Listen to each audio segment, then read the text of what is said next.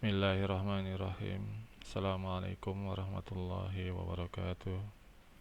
Alhamdulillahirrabbilalamin. Segala pujian hanya milik Allah yang telah memberikan kita segala nikmat dan karunia-Nya. Salawat dan salam selalu tercurahkan kepada Rasulullah sallallahu alaihi wasallam. Saya Irwandi ingin melaporkan pelaporan IKTRK Jabar untuk bulan Desember 2022 dengan materi bahan ajar PKSM kelas 11 TBSM. Temanya yaitu sistem injeksi sepeda motor dengan pengenalan sensor diambil dari beberapa sumber. Sebelum dimulai, mari kita sama-sama mengawali dengan membaca basmalah dan kita niatkan belajar dengan hati ikhlas dan konsentrasi. Pada pembelajaran di sistem injeksi sepeda motor, ada tujuan pembelajaran yang saya angkat. Yang pertama adalah siswa dapat memahami komponen-komponen sistem injeksi. Yang kedua adalah siswa dapat menganalisa prinsip kerja-kerja komponen-komponen sistem injeksi.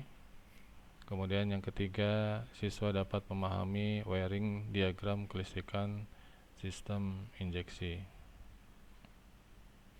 Itu adalah 3 tujuan pembelajaran untuk di materi sistem injeksi sepeda motor. Sebelum masuk ke dalam inti pembelajaran, ini ada deskripsi dengan pertanyaan, pernahkah kalian melihat stiker pada gambar di samping ini? Biasanya ada di sepeda motor dengan tulisan F dan I. Kemudian ada tulisan PGMFI.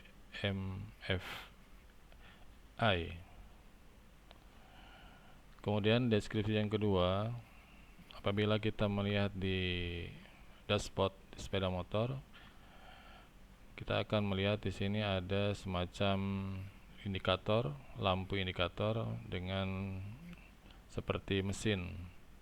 Kemudian timbul pertanyaan, apakah yang bisa Anda simpulkan pada gambar di samping? Kemudian deskripsi yang ketiga, dari logo fuel injeksi, kemudian engine check, apa yang melatar belakangi dari fitur di atas.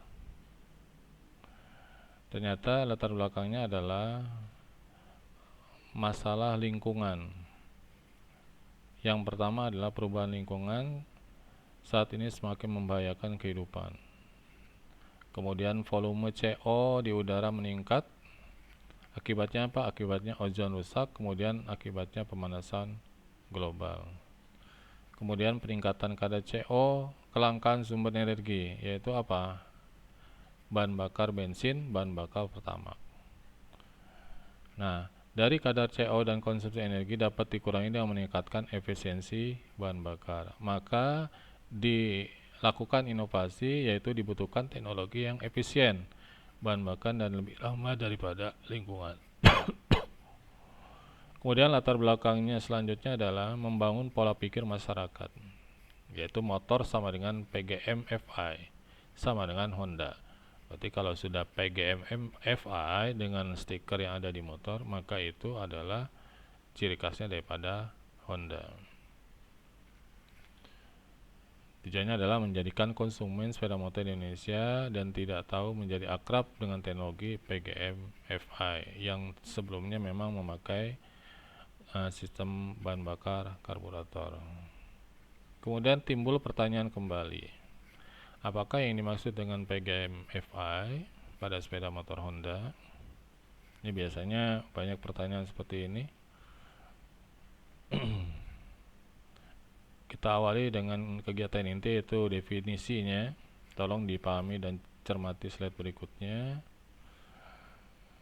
Secara umum, bahwa sistem injeksi yang dikembangkan dengan definisi yaitu sistem suplai bahan bakar dengan teknologi kontrol secara elektronik yang mampu mengatur pasokan bahan bakar dan udara secara optimum yang dibutuhkan oleh mesin pada setiap keadaan. Nah, ini saya mengilustrasikan yaitu bagaimana kerja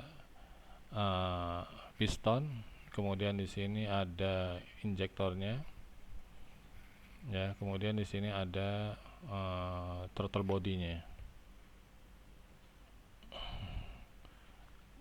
Kemudian apa ilustrasi PGM-FI supaya lebih paham terlebih dahulu, ini sebenarnya mekanisme dasar FI atau fuel injeksi sama dengan mekanisme dasar tubuh manusia.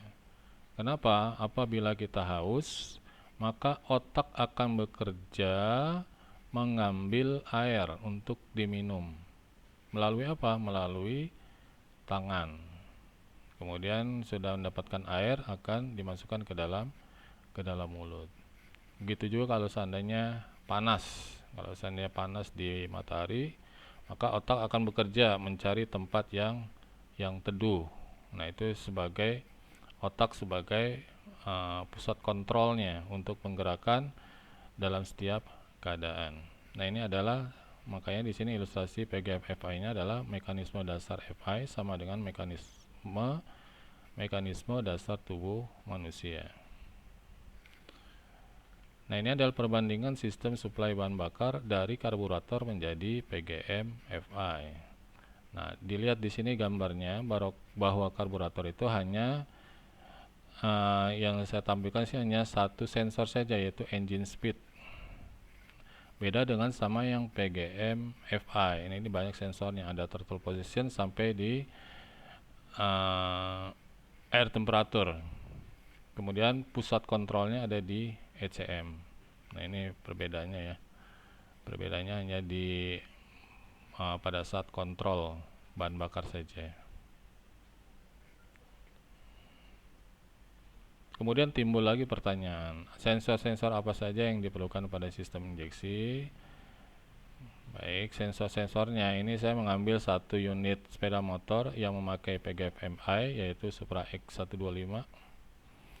Saya mengambil yang ada di dasar daripada Astra Honda motor, yaitu ada sensor TP, kemudian ada injektornya, pengganti daripada karburator, kemudian ada sensor O2, sensor EOT, kemudian ada sensor CKP, kemudian pusat kontrolnya ada di ECM, ini dengan penempatannya ada di bawah jok, kemudian ada fuel pump, dan ada DLC-nya sebagai konektor untuk mereset atau melihat diagnosis daripada sistem yang ada di ECM.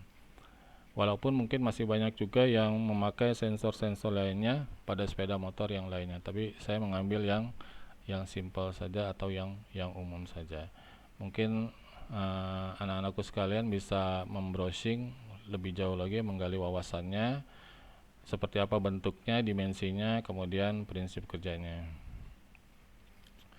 Nah, saya mengilustrasikan saja sedikit tambahan wawasan, yaitu mengenai ECU atau ECM. ECM itu sebagai pusat kontrol, ada inputnya sensornya, kemudian ada outputnya itu aktuatornya. Kemudian di sini ada ilustrasi sensor TP, yaitu fungsinya untuk mendeteksi tarikan gas. Kalian bisa mencari lebih jauh lagi tentang wawasan tentang sensor-sensor yang ada di sistem injeksi. Kemudian ini injektor, ya, ini sebagai pengganti daripada karburator, yaitu untuk menyemprotkan bahan bakar ke dalam ruang mesin. Kemudian ada sensor CKP yang fungsinya adalah, ini ilustrasinya ya, ilustrasinya dengan fungsinya adalah mendeteksi putaran mesin dan posisi top position. Kemudian ilustrasi yang selanjutnya adalah sensor O2 yang fungsinya adalah mendeteksi gas buang di saluran exhaust atau saluran knalpot. Kemudian ilustrasi sensor O2 yaitu untuk mendeteksi perubahan suhu cairan oli yang ada di dalam mesin, posisinya panas atau masih keadaan dingin. Kemudian yang terakhir yaitu siswa dapat memahami tentang wiring diagram. Di sini saya mengambil wiring diagram daripada Supra X125, ECM-nya sebagai pusat kontrol, kemudian di sini ada inputnya itu sensor-sensor yang lainnya. Kebetulan di sini ada BAS sensornya, kemudian aktuatornya ada ignition coil, kemudian ada injektor, kemudian ada MIL.